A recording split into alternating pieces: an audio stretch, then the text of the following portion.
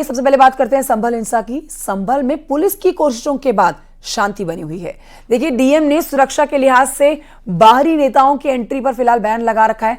10 दिसंबर तक रोक लगाई गई है, लेकिन बावजूद इसके समाजवादी पार्टी का डेलीगेशन संभल जाने पर अड़ा हुआ है, जिसके बाद ये सवाल उठ रहे हैं कि क्या संभल हिंसा पर समाजवादी पार्टी सियासत कर रही है।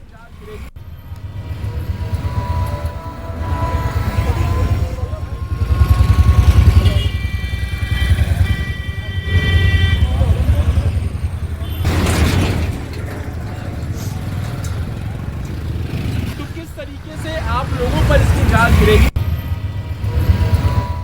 और आइए आगे बढ़ते आपको बताते हैं, गाजियाबाद पुलिस ने गाजीपुर बॉर्डर पर संभल के सांसद जियाउर रहमान बर्क और रामपुर के सांसद मोहिबुल्लाह नदवी, मुजफ्फरनगर के सांसद हरेंद्र मलिक को रोका। अब पुलिस ने इन तीनों को दिल्ली वापस भेज दिया है।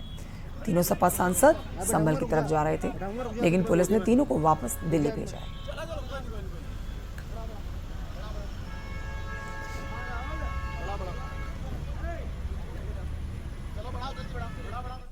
उधर संभल जा रहे सपा के नेताओं को मुरादाबाद पुलिस ने हिरासत में लिया है। समाजवादी पार्टी के विधायक कमाल अख्तर, पिंकी यादव के साथ ही मुरादाबाद और संभल के सपा जिलाध्यक्षों को भी पुलिस थाने ले आई है। सपा नेताओं को मुरादाबाद के मुंडा पांडे थाने में रोका गया।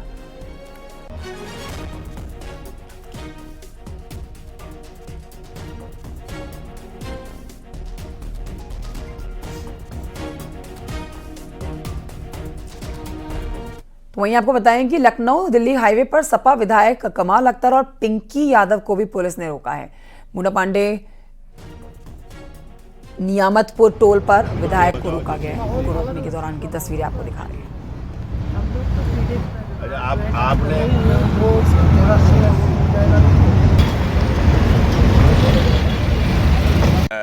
समाजवादी पार्टी के राष्ट्रीय अध्यक्ष अखिलेश यादव जी के निर्देश पे एक डेलीगेशन वहाँ पर परिवार से संवेदना व्यक्त करने, वहाँ की जो सिचुएशन है, वहाँ के जो हालात हैं, जो जाति प्रशासन ने पुलिस ने की है, उसके संबंध में जांच करने वहाँ पे जा रहा था।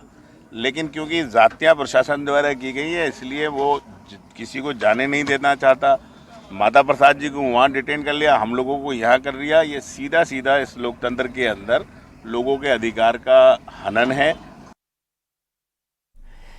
इस बीच आपको बताएंगे, गाजियाबाद पुलिस ने गाजीपुर बॉर्डर पर संभल के सांसद जियाउर रहमान बर्क और रामपुर के सांसद मोहिबुल्लाह नदवी, मुजफ्फरनगर के सांसद हरेंद्र मलिक को भी रोका है। अब पुलिस ने इन तीनों को दिल्ली वापस भेज दिया है। तीनों सपा के सांसद संभल की तरफ कूच कर रहे थे, लेकिन पुलिस ने इन तीनों को दिल्ली वापस भेज दिया है, संभल जाने से रोक लिया है।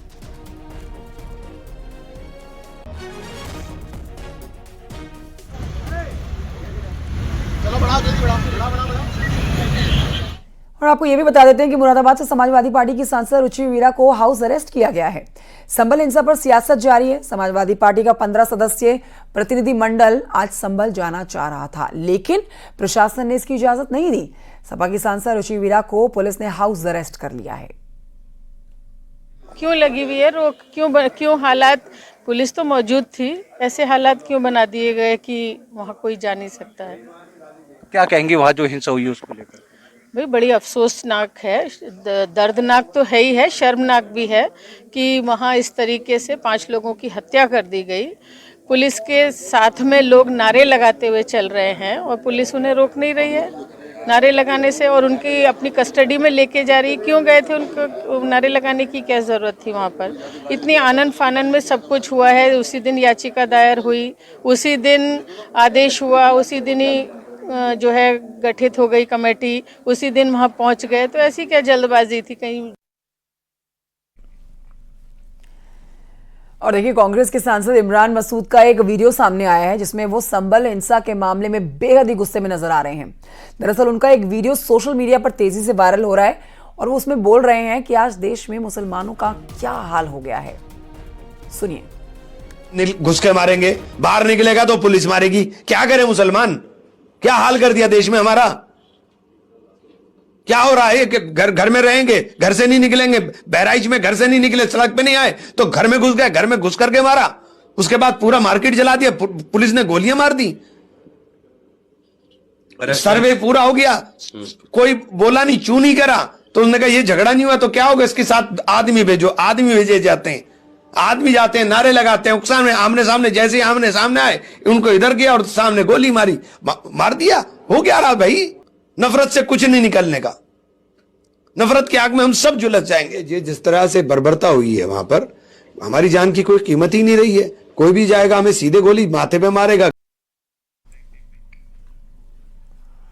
तो संभल हिंसा पर डिप्टी सीएम केशव प्रसाद मौर्य का भी बयान आया सामने। उन्होंने कहा है कि संभल घटना के मुख्य अपराधियों के रूप में देखा जाए तो समाजवादी पार्टी भी कम नहीं है। उपचुनाव में समाजवादी पार्टी की जो करारी हार हुई है, जो जख्म लगा है, उसे वो भूल नहीं पा रहे हैं। समाजवादी पार्टी का प्रतिनिधिमंडल वहां भेजना एक नौटंकी है, वोट बैंक साधने की राजनीति है। उपचुनाव में समाजवादी पार्टी की जो करारी पराजय हुई है, जो उनको जख्म लगा है, वह जख्म वो भुला नहीं पा रहे हैं। प्रतिनिधिमंडल समाजवादी पार्टी के माध्यम से भेजना यह एक नौटंकी है, वोट बैंक साधने की राजनीति है। समाजवादी पार्टी का सुपड़ा साफ होता जा रहा है, उनका वोट बैंक खिसक गया है। मैं श्री अखिलेश यादव जी और उनकी पार्टी के जो बच्चे खुचे सांसद विधायक हैं, कहूँगा अपनी पार्टी संभालो और संभल का माहौल या उत्तर प्रदेश का माहौल ख़राब करने की कोशिश मत करो। और जिस प्रकार से संभल की घटना घटित हुई है, वह कोई दंगे की जैसी स्थिति नहीं, वो समाजवादी पार्टी के सांसद और समाजवादी पार्टी के विधायकों के द्वारा जो वर्चस्व की जंग है कि मेरा वर्चस्व ज़्यादा है कि तेरा वर्चस्व ज़्यादा है, वह वर्चस्व की लड़ाई है, जिसके कारण से संभल में ये घटना घटित हुई है। अन्यथा कोर्ट के आदेश से शांतिपूर्ण ढंग से कमीशन की कार्रवाई हो रही थी, उसमें इस प्रकार के विवाद को पैदा करने का प्रयास करना यह पूरी तरह से गलत था। तो संभल की घटना पर डिप्टी सीएम ब्रजेश पाठक का ही बयान आया सामने। उन्होंने कहा है कि जो संभल के अपराधी हैं वही समाजवादी हैं। ब्रजेश पाठक ने कहा है कि अखिलेश यादव अपराधियों का बचाव कर रहे हैं। सुनिए। घटना पे समाजवादी पार्टी के मुखिया ने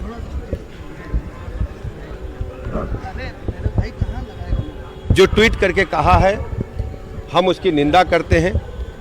समाजवादी पार्टी के जो चाल चरित्र और चेहरा है वो उजागर हो गया है।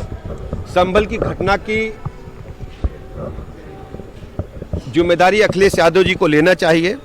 वास्तव में जो संभल के अपराधी हैं वही समाजवादी हैं। जिन लोगों ने कुकृत्य को अंजाम दिया है सब समाजवादी पार्टी के कार्यकर्ता हैं और समाजवादी पार्टी उनके कुकृत्यों को छिपाने के लिए तरह तरह के बयान जारी कर रही है।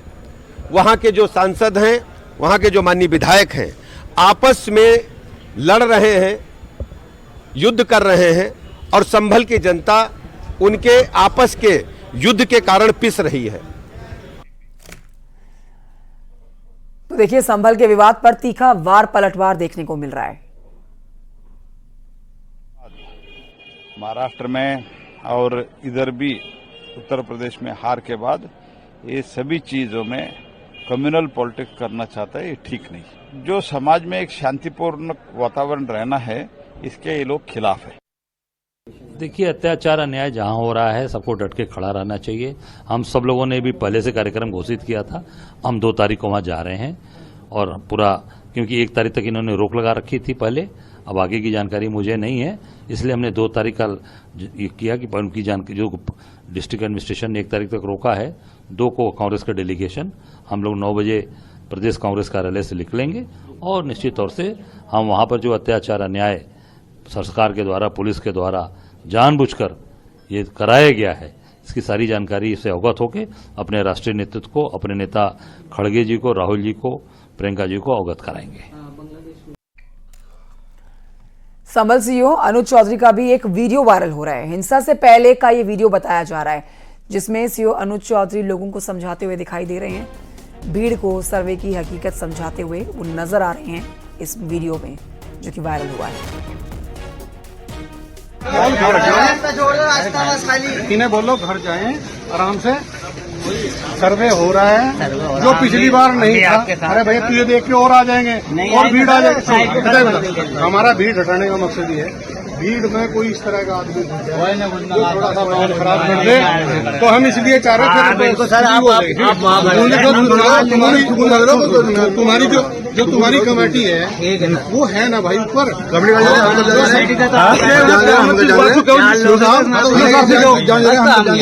नहीं जो जाने का दे रहे हैं हम, चार लोग उनके हैं जो दूसरा पक्ष है और 4 आप, इसीलिए 4 लोगों का जो कमेटी इन लोगों ने सेलेक्ट किया है। हम 4 लोग कौन रखेंगे, तो इसलिए ताकि पिछली बार जैसे भीड़ हुई, आपने तो क्यों टीवी को बोल रहा था अगर हमें सर्वे नहीं करने दिया गया, अच्छे से नहीं करने दिया गया, इस कारण से ये हुआ। अब ऊपर तो नहीं जा रहा सर, अब हम नीचे भैया एक काम करो, कोई बात नहीं, थोड़ा आगे खड़े हो जाओ, हम मना नहीं करते, ठीक है, थोड़ा आगे खड़े हो जाओ, कोई दिक्कत नहीं, जाओ। आदमी अंदर है, अपने आदमी अंदर है, हमारा सिर्फ मकसद ये है कोई शांति। अभी मैं एक बार फिर बता रहा हूँ, 29 तारीख को कोर्ट में तारीख है, उससे पहले यहाँ सर्वे हमें कराना है, कोर्ट का आदेश है, वो सर्वे हम करा रहे हैं। जो पिछली उस दिन नहीं हुआ था, जो रात में जो हुआ था, उन्होंने कहा कि हमें डिस्टर्बेंस हुई, हमारा सर्वे ढंग से नहीं हो पाया। देखिए, संभल जामा मस्जिद के सर्वे के मामले पर सुप्रीम कोर्ट में कल हुई सुनवाई में कोर्ट ने क्या कुछ आदेश दिया, इस रिपोर्ट में आपको दिखा रहे हैं।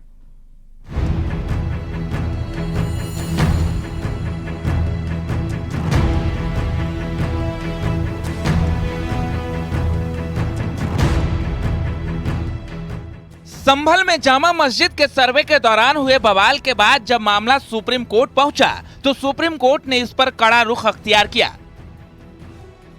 सर्वे का आदेश देने वाली निचली अदालत को सुप्रीम कोर्ट ने साफ किया कि वो इस मामले की सुनवाई नहीं करेंगे। साथ ही सुप्रीम कोर्ट ने याचिकाकर्ता को हाई कोर्ट जाने को कहा है।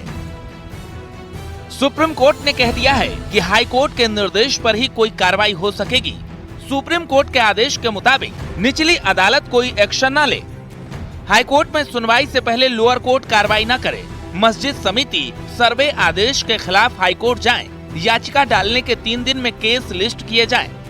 सर्वे रिपोर्ट को सील बंद रखा जाए। प्रशासन सुनिश्चित करे कि शांति बनी रहे। संभल के लिए पीस कमेटी बनाई जाए। जनवरी के दूसरे सप्ताह में मामले की सुनवाई होगी। सुप्रीम कोर्ट ने 3-4 डायरेक्शन दिए हैं और बहुत अच्छा फैसला दिया है। एक तो ये कहा है कि पूरा जिला संभल में law and order, peace and harmony maintain रहना चाहिए। दूसरा ये कहा है कि जब तक हाई कोर्ट डिसाइड नहीं करे जाम मस्जिद कमेटी की अपील को, जो चैलेंज करेगी 19 नवंबर 2024 के ऑर्डर को, तब तक प्रोसीडिंग स्टेड है सिविल सूट में नीचे डिस्ट्रिक्ट सिविल जज का जिला संभल में। तो ये दूसरी बात हुई। तीसरी बात ये कही गई कि अगर कोई एडवोकेट कमिश्नर की रिपोर्ट है सर्वे की, तो वो सील कवर में रखी जाएगी।